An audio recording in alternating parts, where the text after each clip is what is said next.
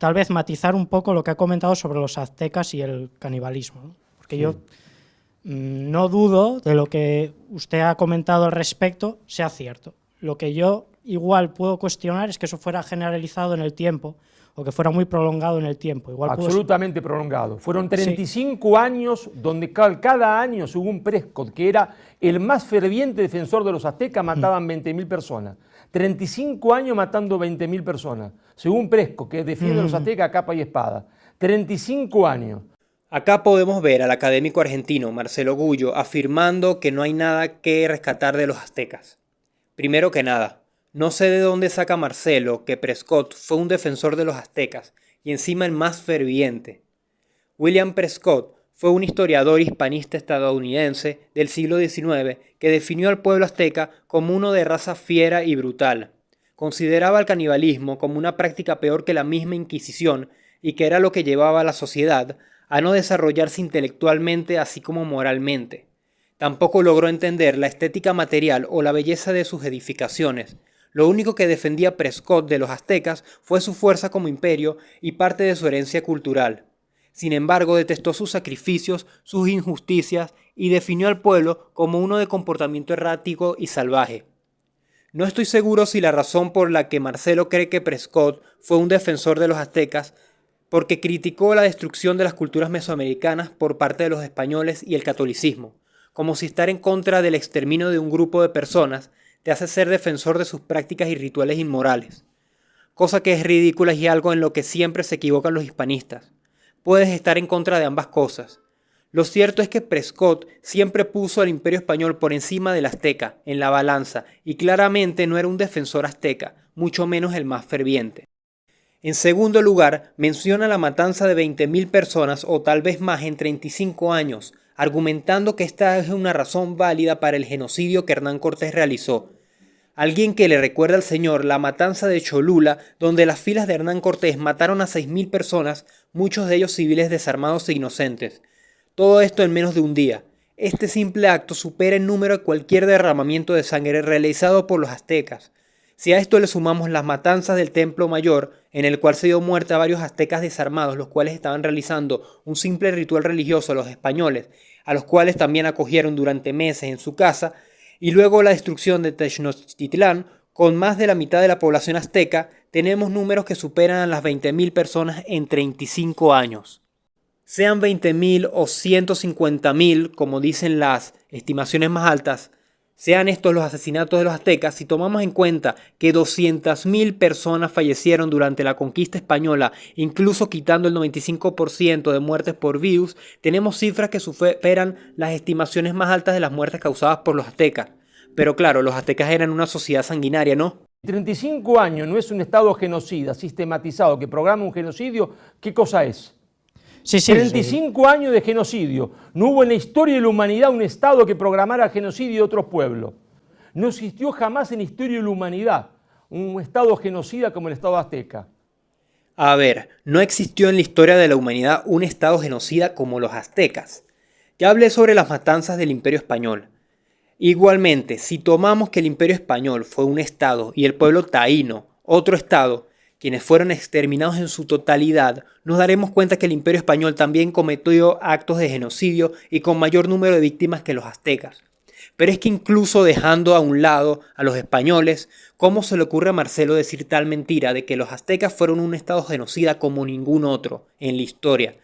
Es que objetivamente es falso y parece ser más una propaganda negativista sobre los aztecas más que otra cosa. Por favor, el canibalismo fue practicado por tribus del Congo y tribus como los Korowai y los Fore de Nueva Guinea. Los sacrificios humanos fueron realizados por egipcios, chinos en la India e incluso los macedonios lo realizaron. Los mongoles exterminaron a un aproximado de 40 millones de personas durante sus conquistas, un número que representa el 11% de la población mundial para ese momento. Y estamos hablando de otros pueblos y de otros estados. Es increíble que venga Marcelo ahora a decir que los aztecas fueron los peores de la historia. Pero bueno, así es el hispanismo, tratando de justificar las acciones del Imperio Español por medio de manipulación y mentiras. No hay nada que reivindicar a los aztecas, como no lo reivindicó nunca ningún otro pueblo, se entiende, de México. Era el oprobio de la humanidad. Los aztecas fueron el oprobio de la humanidad. hacían lindas pirámides. Y entonces como reivindicar a los nazis porque hacían lindas autopistas que funcionan hasta el día de hoy, por cierto. ¿Verdad? Nada que reivindicar a los aztecas. Que no hay nada que reivindicar de los aztecas. Puedo nombrar 10 cosas o más que se pueden rescatar del imperio azteca, y es que todo lo que los prohispanismos saben de los aztecas son sus sacrificios y su arte, pero jamás mencionan aspectos más generales de su cultura, y es que claro, no les conviene saber que los aztecas fueron más que solo un pueblo que mataba y hacía bonitos edificios. Mencionaré algunas cosas.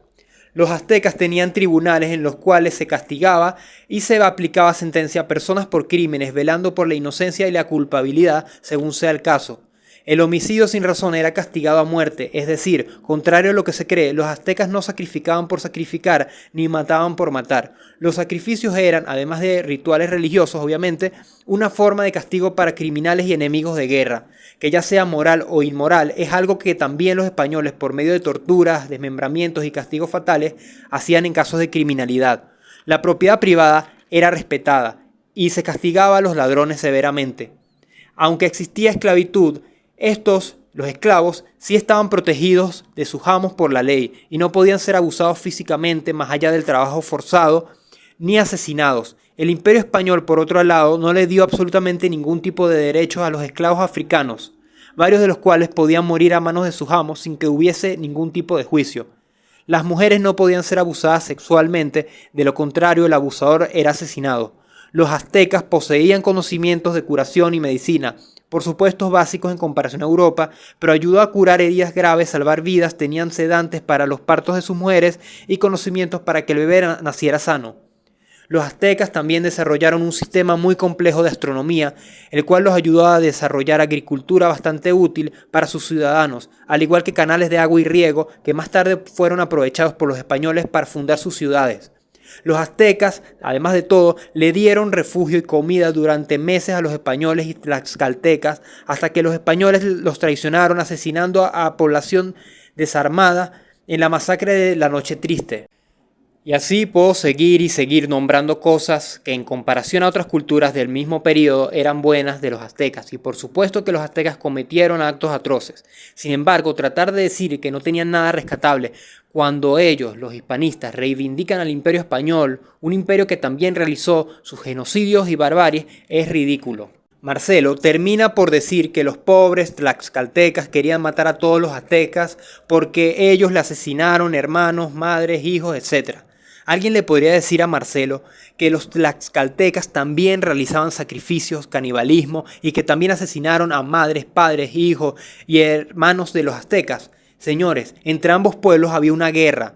También se dedica a decir que trataban mal a los campesinos, cosa que es falsa. Pero de cualquier manera, sea verdad o falso, ¿de qué serviría decir eso si después de la toma de Tenochtitlán se realizó una quema del Templo Mayor junto a las siembras de los campesinos? Se destruye la ciudad y los campesinos que no fueron exterminados por los españoles tienen que huir de ella dejando todo lo que tenían atrás. Por favor, medias verdades, falsedades y mentiras a diestra y siniestra. Cualquier historiador serio se daría cuenta que ningún imperio puede ser sostenible únicamente con sacrificios, matanzas a quien quiera y de tratar mal a toda su población interna, sin que ésta se rebelase.